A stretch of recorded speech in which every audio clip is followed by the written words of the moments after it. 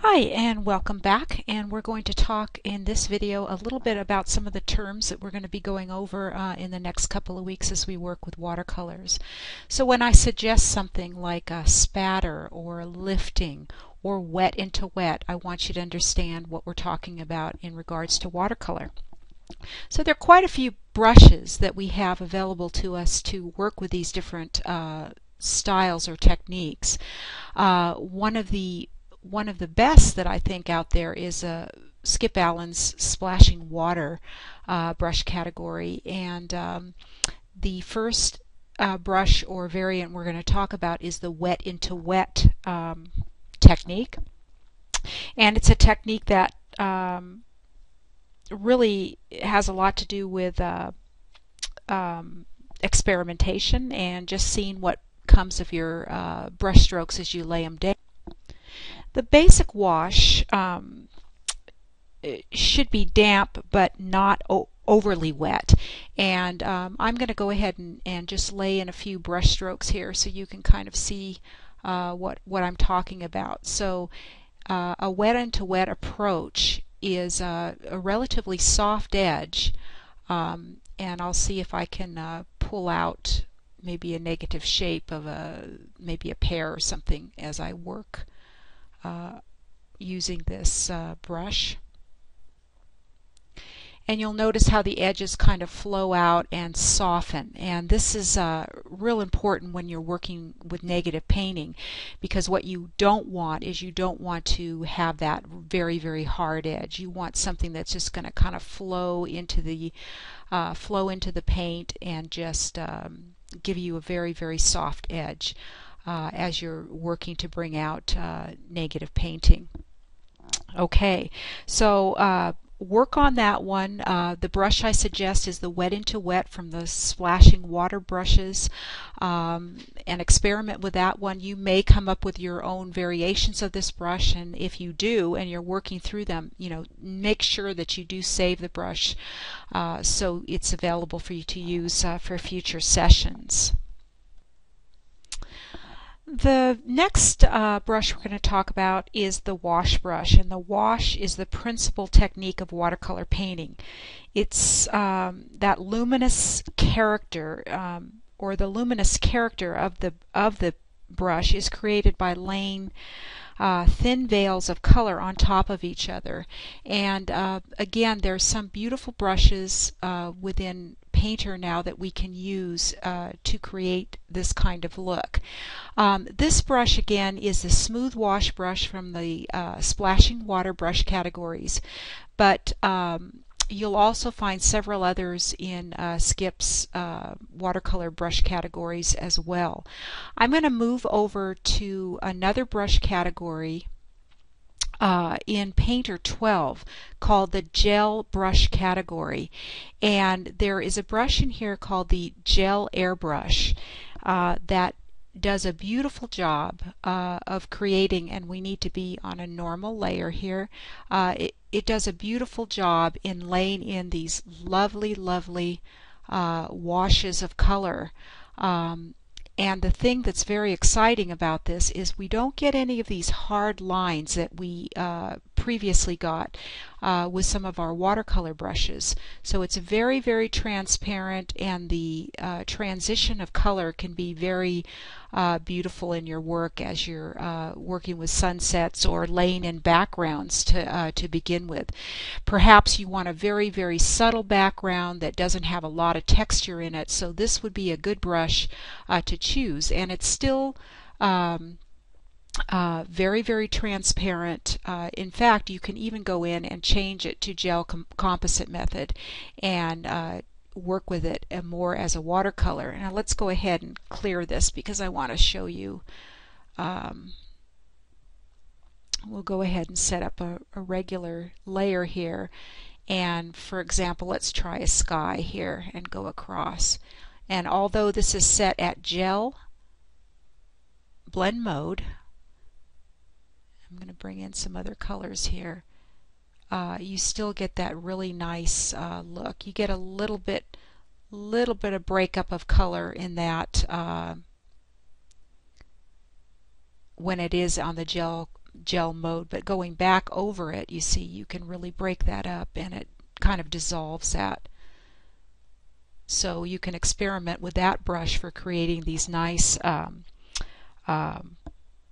washes of color. Then going back to some of our more traditional brushes, again, that smooth wash is very nice, and you'll even find the digital watercolor brush will have some nice categories to create these very soft washes. And again, they work well for creating skies, atmospheric conditions that you're looking for in landscapes, and just creating a very soft background to begin with.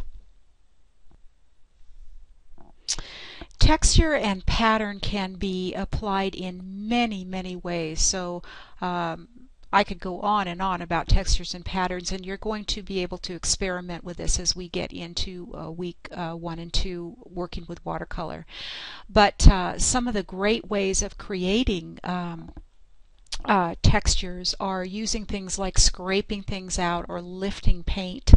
And again, we have many brushes that we can use to achieve that.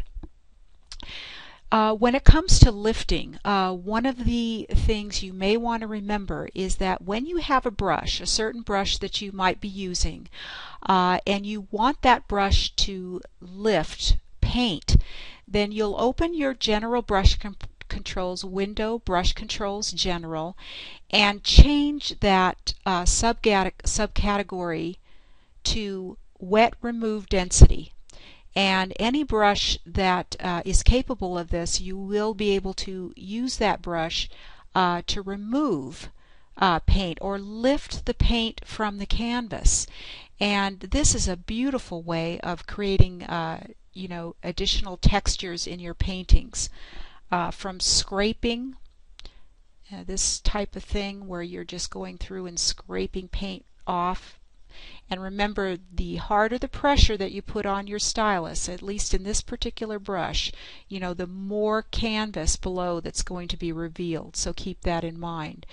A softer touch is going to give that look of just kind of lifting out the paint from the canvas.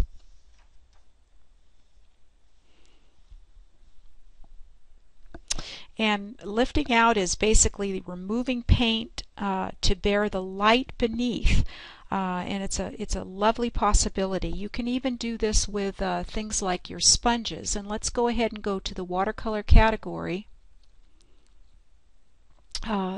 Just the default watercolor, and we're going to pick up, and I believe there is a sponge in here. I haven't gone to this. Yes, let's go ahead and just use the sponge wet, and we're going to go ahead and change the brush to wet remove density, and I'm going to bring this brush size up quite a bit as well. And you'll notice now that you can actually use that brush again to lift out paint and bring that paint forward. This is another way of doing it. I find that one of my favorite ways of working with watercolors is to actually work a lot with wet remove density on these brushes, because when we start talking about negative painting next week, we're going to realize that it has to be done a little bit differently in digital watercolors than in our traditional watercolors. But using this to lift out shape and then work around shape to develop the positives and negative areas is what we're talking about here. Next, one of my favorite ways of adding texture to a painting is using the spatter brushes, and you'll find one in the default watercolors, and you'll also find one in the splashing waters, as well as several of Skip Allen's other watercolor brush categories. The spatter dab is the one. Splatter dab is the one that I'm using right now, and let's just change that color up a little bit. And I find that the using the splatter brush throughout my watercolor process oftentimes helps to break up. Um, well, actually, it just feels like it helps to break up. Um, your thought process a little bit, or your the way that you're moving forward in your painting. I think it's a way of relaxing me, making me feel a little freer and a little more easygoing, and takes out some of that tension that you might be, especially if you get to a point where you're working with a painting that's really coming together, you really like it, and it's starting to feel a little bit precious to you. So sometimes just adding a layer, bringing out that splatter brush, and just playing with it a little will help to break that up a little bit and help you to go on a little further.